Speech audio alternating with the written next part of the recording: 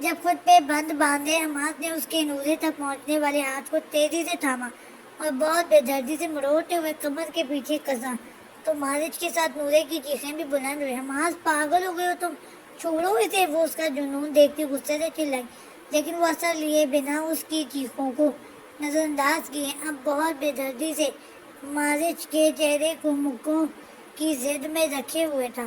جسے زندگی میں شامل کرنا ہو اسے یوں پبلک پلیس میں بٹھا کے دوسروں کے لیے تماشے کا ذریعہ نہیں بنایا کرتے.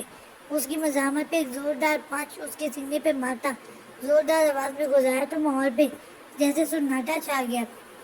حماس پاگل ہو چکے ہو تم, مر جائے گا وہ, چھوڑو اسے. اس کی نورے کی بے چین نگاہیں مارج کے سفید پردے چہرے پہ مرکوز تھی جو حماس کی گردن کے گرد کسے شکنجے کے باعث کھل کے سانس نہیں لے پا رہا تھا. آپ کو لگتا ہے کہ آپ کی عزت کو یوں کیش کروانے والے کو میں زندہ چھوڑوں گا؟ دہشت ناک انداز میں کہتے ہوئے اس نے ایک زوردار مکہ پھر سے اس کے جبڑے پہ مارا تو وہ بے دم سے مارج کے منہ سے خون کا فوارہ سا ابل پڑا, جسے دیکھ کے نورے کی چیخیں ایک دفعہ پھر سے بلند ہوئی. تمہیں میری قسم اسے چھوڑ دو. حماس اس کے جنون سے خوفزدہ ہوتی وہ اس کے مارج کو مغزلات سے نوازتے الفاظ سے کانپتی اپنے دونوں ہاتھوں کو دونوں ہاتھ کانوں پہ رکھتی زور سے چلا اٹھی. اس کے الفاظ پہ مارج کو اپنے نشانے پہ رکھے نہ صرف حماس کے ہاتھ ٹوٹ گئے تھے بلکہ وہاں بھاگ کر پہنچتے ایمان کے قدم بھی تھم سے گئے تھے. حماس نے بے یقین نگاہوں سے اس کی جانب دیکھا. وہ تھر تھر کانپتی اس وقت صرف اور صرف مارج علی کو دیکھتی اس کو سوچ رہی تھی. اس کی سرمئی آنکھوں میں غیظ و غضب کے ساتھ عمدہ تھا. آج کے بعد نورے کے بارے میں سوچنے کی کوشش کی تو سینے میں دل کھینچ نکالنے میں ایک لمحہ بھی نہیں نکالوں گا. اپنے اندر امٹے غصے کے تلاطم خیز جذبے پہ بمشکل قابو پاتا وہ اسے زمین پر پٹکتے ہوئے بلند آواز میں گرجا تو نورے کے دل میں اس کے لیے پنپتی نفرت کا بیج تناور درخت بنتا چلا گیا. اس نے ایک نفرت انگیز نگاہ اس پہ ڈالی جو ماتھے پہ بکھرے بالوں, اپنے چہرے پہ نمودار ہوتے پسینے کے قطروں اور ہاتھ کی پشت پہ چمکتی خون کی بوندوں سے بے نیاز اس کی جانب قدم بڑھا رہا تھا. نفرت کرتی ہوں میں تم سے, شدید نفرت. کتنے لوگوں کو یوں ہی زودو کو کرو گے تم, چاہے پوری دنیا کو آگ لگا دو, لیکن میں پھر بھی تمہارا ساتھ کبھی نہیں قبول کروں گی. انسانی روپ میں ایک درندے ہو تم, جسے دوسروں کے احساسات کی پرواہ نہیں ہے. جیسے ہی وہ اس کے نزدیک پہنچا وہ مارج کی بے جان وجود کا ذمہ دار خود کو اور اس کی درندگی کو جانتی وہاں موجود ہر شخص کی موجودگی سے بے نیاز دونوں ہاتھوں سے اس کے وجیح چہرے پہ لگاتار تھپڑ مارتی روتے ہوئے بولتی چلی گئی, جبکہ وہاں موجود طلبہ جو حماس کی جنونی رویے پہ خوفزدہ ہو گئے تھے وہ نورے کے رد عمل پر اب خاصی دلچسپی سے یہ ملاحظہ کر رہے تھے. نورے وہ آپ کو بنا اس کے ہاتھ روکے وہ اس کی غلط فہمی دور کرنے کے لیے بولنے ہی والا تھا جب اس نے زوردار چانٹا اس کے گال پہ رسید گیا. بکواس بند کرو, اپنی گھٹیا زبان سے میرا نام مت لو. وہ نفرت اور حقارت سے چلائی تو کب سے بت بنے کھڑے ایمان کو ہوش آیا. نورے اسٹاپ اٹ. وہ ان کے نزدیک پہنچتا سختی سے گویا ہوا, لیکن اس کی آواز سن کے وہ مزید زہر خون بولی.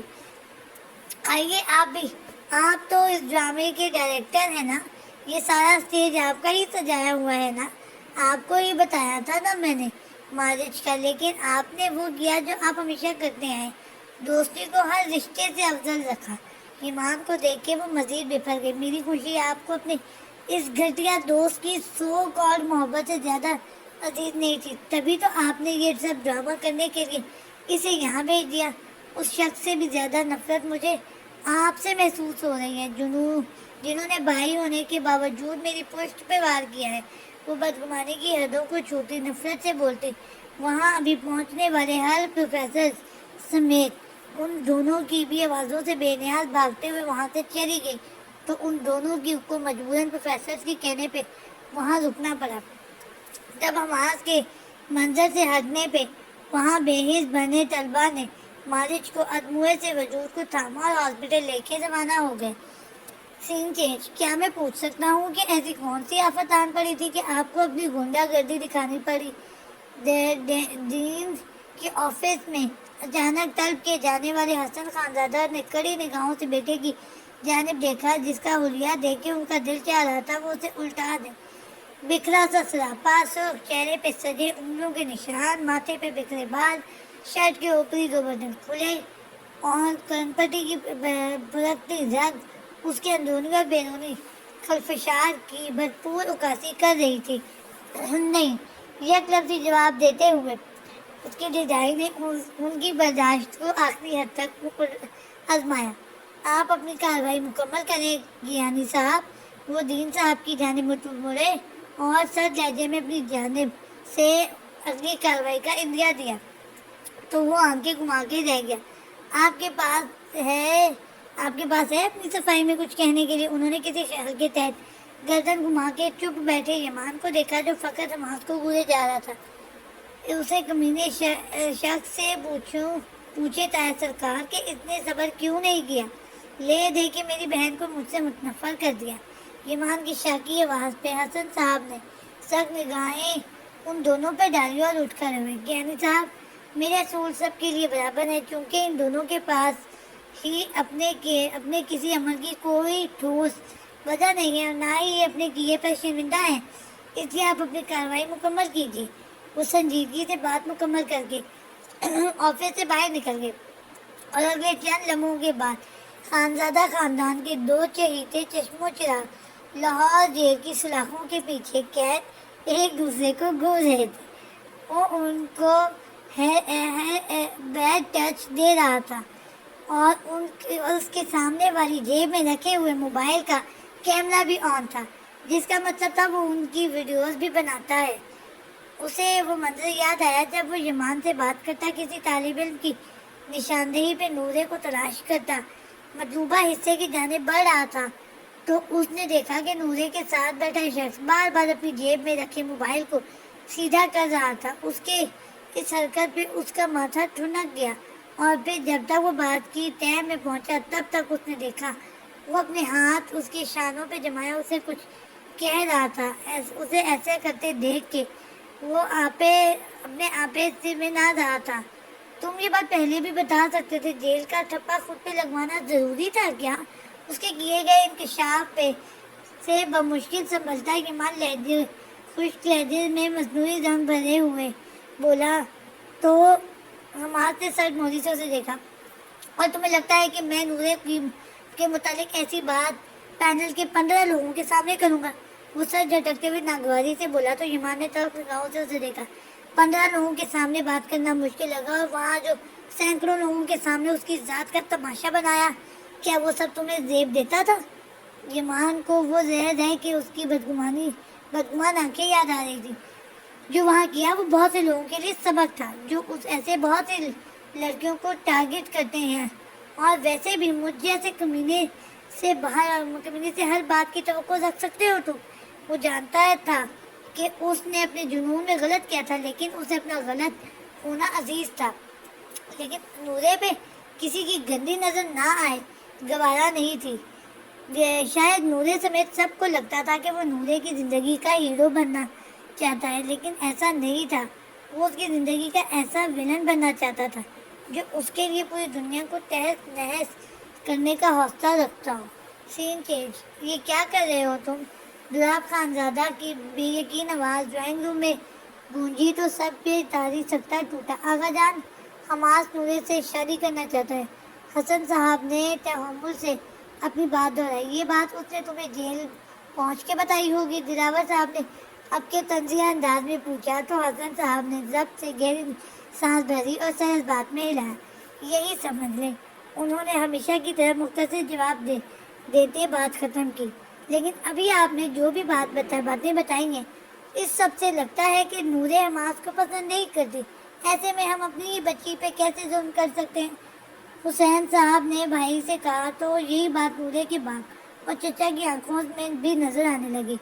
اسی بات کا جواب میرے پاس نہیں ہے، اسی لیے آپ سب سے عرض کی ہے کہ اس کا کوئی حل سوچے۔ انہوں نے سنجیدگی سے کہا، حل صاف ہے، جب بچی ہی راضی نہیں ہے تو حماس کو منع کر دو۔ دلاب صاحب نے باروب آواز میں انکار کیا تو سب نے ہی ان کی بات کی تائید کی۔ آغا جان اگر انکار کرنا اتنا آسان ہوتا تو میں کر چکا ہوتا، لیکن آپ کو لگتا ہے کہ نورے کے لیے جیل پہنچنے والے آپ کے اکھڑ مزاج پوتے کو انکار کرنا اتنا ہی آسان ہے؟ حسن صاحب کے متحمل لہجے میں کچھ تھا جس نے سب کو چونکا دیا۔ تبھی حسن صاحب نے جیب سے موبائل نکالا اور کچھ تصویریں نکال کے ان کے سامنے اسکرین کی۔ اللہ کی پناہ، کون ہے یہ شخص اور کسی نے کیا ہے یہ اس بچے کا یہ حشر؟ اسکرین پر نظر آنے والے خون آلود وجود کو دیکھ کے سب نے ہی جری سی لی۔ یہ نورے کا کلاس فیلو ہے اور اسی کے مارنے کے جرم میں آپ کا پوتا جیل گیا ہے۔ حسن صاحب کی ٹھہری ہوئی انسانیت بھری آواز پہ جیسے سب کو سانپ سونگھ گیا۔ آپ کا پوتا ایک اڑیل گھوڑا ہے جسے لگام ڈالنے والا اپنے فن میں ماہر ہونا چاہیے، ورنہ وہ رونتا چلا جائے گا۔ نورے سے اس کی وابستگی کو آپ میں سے کوئی بھی واجبی نہ سمجھے، کیونکہ میں آج اس کی ایک جھلک دیکھ آیا ہوں۔ اپنی بات مکمل کر کے وہ اٹھے اور ڈرائنگ روم سے نکل کے اندر بڑھے، ہال کی جانب بڑھے۔ جبکہ ڈرائنگ روم میں بیٹھے نفوس حال شجر بیٹھے اس اچانک انکشاف کی زد میں تھے۔ سین چینج۔ تم نے بابا سرکار کو سچ کیوں نہیں بتایا کہ اس سب میں تم ملوث نہیں تھے؟ اپنے دونوں ہاتھ سر کے نیچے رکھے وہ سخت بیڈ پہ چیٹ لیٹا، جیل کی چھت کو گھورتا، اپنے مخصوص لہجے میں ساتھ لیتے ایمان سے مخاطب ہوا تو وہ چل اٹھا۔ کیونکہ میں اپنی ذات تمہارے ساتھ بتانے کا عادی ہوں نا، اس لیے تمہیں اس کال کوٹری میں کیسے اکیلے سڑنے دے سکتا ہوں؟ اس کے کلسنے پہ وہ بے اختیار مسکرا اٹھا، لیکن فوراً ہی مسکراہٹ دباتے ہوئے اس نے گردن گھما کے اس کی طرف دیکھا۔ جیل سے نکلنے کے بعد سب سے پہلے تیرا چیک اپ کروانا ہے، کیونکہ مجھے شک ہو رہا ہے کہ تیرے اندر کا مرد آہستہ آہستہ، اور وہ ہونٹوں پہ مچلتی مسکان بمشکل دباتا مصنوعی سنجیدگی سے بول رہا تھا۔ جب اس کی بات سمجھتا ہے کہ مان اس پہ پل پڑا۔ سنو، تم دونوں کی بیل ضمانت آئی ہے۔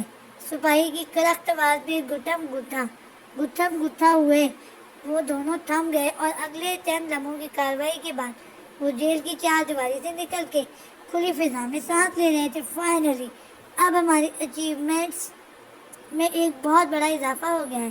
حسن صاحب کی بھیجی گئی گاڑی کی جانب بڑھتے ہوئے ایمان نے ڈرامائی انداز میں وقفہ لیا تو حماد نے سوالیہ نگاہوں سے اس کی جانب دیکھا۔ جیل پلٹ کمینے، اس کے اطمینان سے کہنے پہ دونوں نے ایک دوسرے کو دیکھا اور پھر ان کی زندگی سے بھرپور کہکا تاریک سڑک پہ گونج اٹھا۔ جاری ہے۔